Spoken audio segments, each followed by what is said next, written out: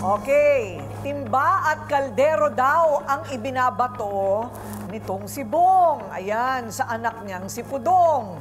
Iyan daw mismo ang nakita ng tiyahin ni Pudong. Jessel, humarap ka na.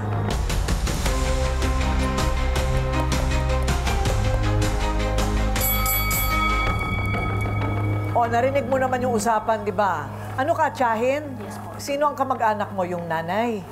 Yung tatay, siya mismo. Ah, siya mismo ang kamag-anak mo. Kapatid? Hindi po. Pinsan. Malapit ka doon sa bahay nila nakatira? Sa baba lang po. Ah, sa baba. Ano bang nangyayari?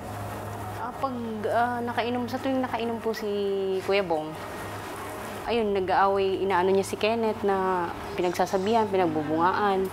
Hanggang sa may mga gamit na pinagbabato, tapos doon napupunta sa amin. Kaya naririnig po namin kung ano yung mga pinag-aawayan po nila. Yun lang ang problema. Kasi, Tay, pagka talagang nahaluan na ng pisikalan, ayun na. Di ba, Attorney Lorna, yun ang bawal talaga. Pag nabarangay kayong dalawa, yun din ang sasabihin eh. Ano bang kinagagalit nyo pag uuwi kayo, nakahilata pa rin, ganun? Nakahilata. Tapos nakakalit yung mga pinagkainan nila. Yun naman pala eh. Una, kailangan hanapan ka namin ng trabaho. Palagay ko pag yun, wala ka sa bahay parate, meron ka pang ambag. Kasi pag nagtatrabaho ka na, kailangan may ambag, di ba? Para sa kanya, dapat magising na sa realidad ng buhay itong si Pudong na 30 anyos na. Ang tiyahin naman ng ni Pudong at kapatid ni Bong, Luz, humarap ka na.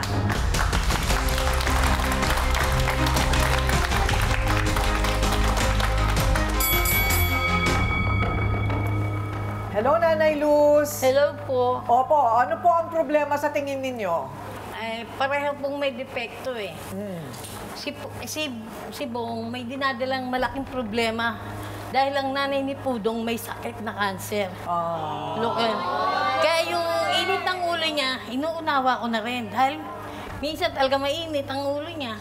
Pero ito si Pudong na pamangking ko, nung may trabaho naman po, lahat ng kailangan ng pamilya niya, ibinibigay niya. Wala siyang birthday na hindi siya binili ng bagong damit. Ganon din ang mga kapatid niya. Dahil nga panganay siya, ang lalaki ng truck na hinuhugasan niya nung naggagawa siya din sa... Itong si Pudong. Yung mga truck na sa manok, di ho ba't napakaraming duminon? Oo. Hinuhugasan niya doon. Kung malakas ang kita niya doon, lahat yan, pagkapasko.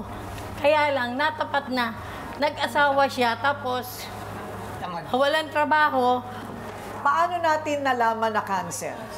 Nung ano po siya, Sa Tondo dyan po kasi, nagbabantay po kasi. Ano po yun, sa dugo po yun eh. Sa dugo po. Sinalina ng apat na Ang dami po na sinali sa kanya.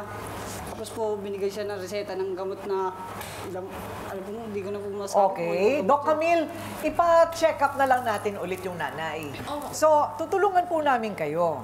No, para mas malinaw ang paliwanag kung ano po ang kanyang kondisyon. No? May tulong na rin po 'yon ng pagpagamot, 'di ba? Hindi naman siguro lahat, pero makakatulong kahit paano. Pero importante po kasi malaman muna natin ano ang kanyang estado. Oh, tama. Masipag ka naman pala, mabait na kapatid. Baka yung babae ang bad influence mo, ha? Saan ba yan? Tingin mo, Luz? Totoo. Ibang klase yung kalibin niya. Bakit? Uuwi. Oh. Tapos susunduin niya. Pag ginustong umalis, aalis. Oh. Basta iba dating sa akin din nun at hindi siya marunong makibagay sa tao sa nakapaikot sa kanya. Dapat may Hindi mo balanse. nakakausap.